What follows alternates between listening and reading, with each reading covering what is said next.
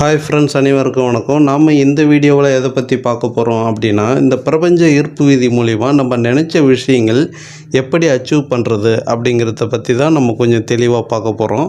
இந்த வீடியோ மிக முக்கியமான விஷயம். நம்ம இந்த பிரபஞ்ச ஈர்ப்பு விதி மூலிமா நம்ம நினச்ச விஷயங்கள் அடையிறதுக்கு மிக மிக முக்கியமாக நம்ம கடைபிடிக்க வேண்டிய ஒரு விஷயம்.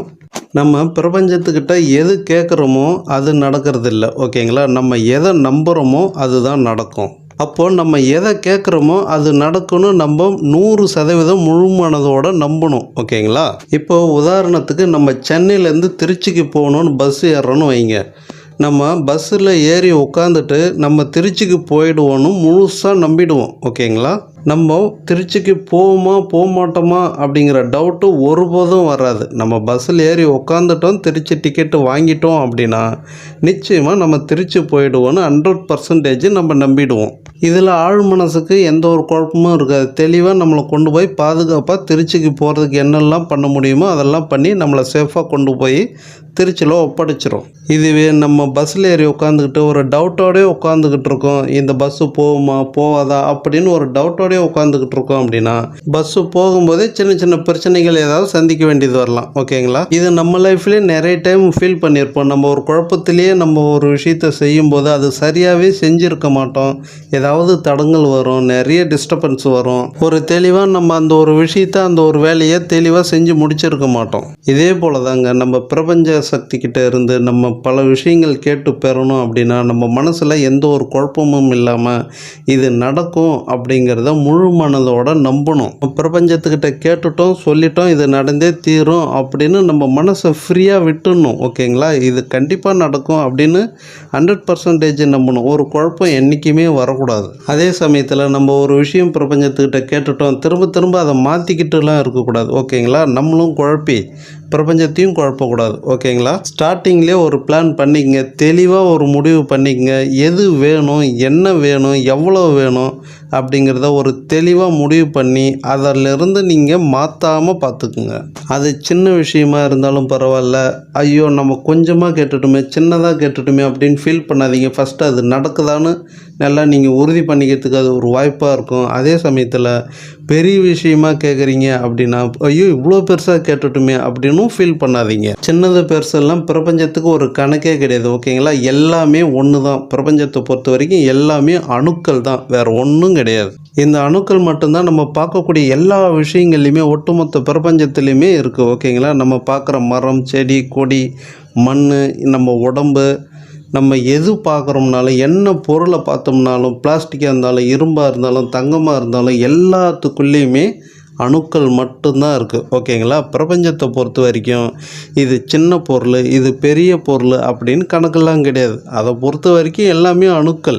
அந்த அணுக்களை எங்கே கூட்டணும் எங்கே குறைக்கணுங்கிறது மட்டும்தான் பிரபஞ்சம் பார்த்துக்கும், ஓகேங்களா? அதில் என்ன கலர் சேர்க்கணும், இந்த 7 கலர், ஓகேங்களா? ஒவ்வொரு பொருளையும் ஏதோ ஒரு கலர் இருக்கும்.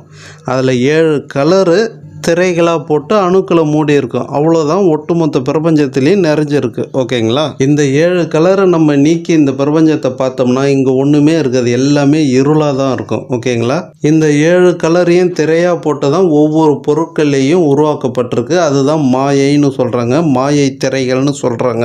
இந்த 7 திரைகளையும் நீக்கி நம்ம இந்த பிரபஞ்சத்தை பார்க்க ஆரம்பிச்சிட்டோம் அப்படின்னா அந்த இறைவனையே பார்க்க முடியும் அப்படின்னு வள்ளலார் சொல்கிறாரு. இதெல்லாம் தியானம், தவம், யோகம் இதெல்லாம் பண்ணி ஜீவகாருண்யம்லாம் ஃபாலோ பண்ணணும் அப்படின்னா நிச்சயமாக இதெல்லாம் நடக்கும். சரி, ஓகே. நம்ம இந்த வீடியோவில் மிக முக்கியமாக புரிஞ்சிக்க வேண்டிய விஷயம் என்ன அப்படின்னா, நமக்கு என்ன வேணுமோ அது நமக்கு கிடைச்சே தீரும்னு நம்பணும். நீங்கள் பிரபஞ்சத்துக்கிட்ட தான் கேட்கணும்னு அவசியம் கிடையாது, ஓகேங்களா? அந்த பொருளையோ அந்த விஷயத்தையோ நான் அடையிறதுக்கோ இல்லை அனுபவிக்கிறதுக்கோ நான் தகுதியான ஆள், நிச்சயமாக அது எனக்கு கிடைக்கும் அப்படின்னு முழு மனசோட நம்ம நம்பினாவே ஆட்டோமேட்டிக்காக நம்ம லைஃப்பில் அது நடக்கும். இதுக்காக நம்ம தனியாக பிரபஞ்சத்துக்கிட்ட கேட்கணுன்னுலாம் அவசியம் கிடையாது. ஆல்ரெடி நம்ம பிரபஞ்சத்துக்குள்ளே தான் இருக்கோம், ஓகேங்களா? அதுக்கிட்ட நம்ம தனியாக கேட்கணுன்னு அவசியம் கிடையாது. நம்ம முழு மனசோட எதை நம்புகிறோமோ அது நடக்கும். நம்ம ஆசைப்படுறது கேட்குறதெல்லாம் நடந்துடாது, நம்ம நம்புறது மட்டும்தான் அது நடக்கும், ஓகேங்களா? இதெல்லாம் சின்ன சின்ன விஷயங்கள்ல இயல்பாக நம்ம வாழ்க்கையிலே நிறைய பார்த்துருப்போம். பல சூழ்நிலைகளில் இது எனக்கு கிடைச்சிரும்னு போவோம், கிடைச்சிரும். இது நடக்கும்னு நினச்சிக்கிட்டு போவோம், இது நடந்துடும். இதெல்லாம் எப்படி நடந்ததுன்னு நினைக்கிறீங்க? இதெல்லாம் நம்மளுடைய நம்பிக்கை, நம்ம முழுமையான நம்பிக்கையினால் நடந்தது. ஓகேங்களா? இதெல்லாம் ஏதோ இன்றைக்கோ நேற்றோ தான் நடக்குதுன்னெலாம் ஒன்றும் இல்லைங்க. இதெல்லாம் பிரபஞ்சம் எப்போ தோன்றினதோ அப்பத்திலிருந்தே இந்த லா ஆஃப் அட்ராக்ஷன், ஈர்ப்பு விதி, அது நடந்துக்கிட்டே தான் இருக்குது. ஓகேங்களா? என்ன ஒன்று, இது இப்போ தான் ஒரு 150 வருஷத்துக்கு முன்னாடி இப்படி ஒரு விஷயம் இருக்கிறதுனால தான் இதெல்லாம் நடக்குது அப்படின்னு கண்டுபிடிச்சி இந்த சீக்ரெட்ன்ற ஒரு புக்கு வெளியிட்டிருக்காங்க. அப்போ இந்த பிரபஞ்சத்தில் லா ஆஃப் அட்ராக்ஷனுங்கிறது காலாகாலமாக நடந்துக்கிட்டே தான் இருந்திருக்கு. எந்தெந்த உயிர்களுக்கு என்னென்ன தேவை, அது எப்படி நம்பிக்கிட்டு இருக்கு, அது எது எதிர்பார்க்குது, எப்போ அது தேவைன்னு முடிவு பண்ணுது, அந்த முடிவை தீர்க்கமாக நம்புது. இந்த விஷயம் நடந்தால் மட்டும்தான் நம்ம அடுத்த கட்டத்தை நோக்கி போக முடியும் அப்படிங்கிற ஒரு விஷயத்தை அந்த உயிர் நம்பும்போது அங்கே தான் பரிணாமம்ங்கிறதே நடக்குது. பரிணாமம்ங்கிறது கண்ணே இல்லாத ஒரு உயிர் தான் பார்க்கணும், நமக்கு முன்னாடி என்ன இருக்குன்னு இது தெரிஞ்சால் நல்லாயிருக்கும், இது தெரியணும் அப்படின்னு ஏங்குது, தவிக்குது. அப்படி இருக்கும்போது அந்த உயிருக்கு கண்ணு கிடைக்கிது. ஓகேங்களா? இது லா ஆஃப் அட்ராக்ஷன் மூலயமா நடக்குது. இது பிரபஞ்ச ஈர்ப்பு விதி மூலயமா அந்த மிராக்கள் நடக்குது. இப்படி தான் காதே இல்லாத உயிர் காதுக்காக ஏங்கி தவிக்கும்போது காது கிடைக்கிது. வாயே இல்லாத உயிருக்கு வாய் வேணும்னு கேட்டு தவிக்கும்போது தான் வாய் கிடைக்கிது. கைகளோ கால்களோ இல்லாமல் கேட்டு தவிக்கும்போது தான் அதுக்கு கைகளும் கால்களும் இந்த பிரபஞ்சம் கொடுக்குது. ஓகேங்களா? அப்போது இவ்வளோ பெரிய பரிணாமமே இந்த ஈர்ப்பு விதி மூலிமா இந்த பிரபஞ்சம் கொடுக்கும்போது நமக்கு சாதாரண பொருட்கள், அத்தியாவசிய பொருட்கள் நம்ம தேவைக்குன்னு நம்ம நம்பும்போது நமக்கு கிடைக்காதா என்ன? நிச்சயமாக கிடைக்கும். அதை நம்ம எந்த அளவுக்கு நம்புகிறோம், கிடைக்கும்னு நம்புகிறோம் அப்படிங்கிறத பொறுத்து தான் அது நடக்கும். உதாரணத்துக்கு நீங்கள் உடம்பு சரியில்லாமல் இருக்கீங்க அப்படின்னா நிச்சயமாக ஆரோக்கியம் எனக்கு தேவைன்னு நீங்கள் நம்புவீங்க. ஓகேங்களா?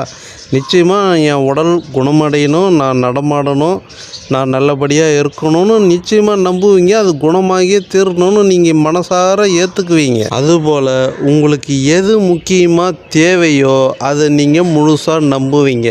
அப்போது உங்களுக்கு எது தேவையோ அது நீங்கள் பிரபஞ்சத்துக்கிட்ட முழுசாக கேளுங்க, முழுசாக நம்புங்க, முழுசாக அது நடக்கும். இந்த வீடியோவையும் முழுசாக பார்த்ததுக்கு நன்றி. இந்த வீடியோ பிடிச்சிருந்தால் லைக் பண்ணுங்கள், ஷேர் பண்ணுங்கள், சப்ஸ்கிரைப் பண்ணுங்கள்.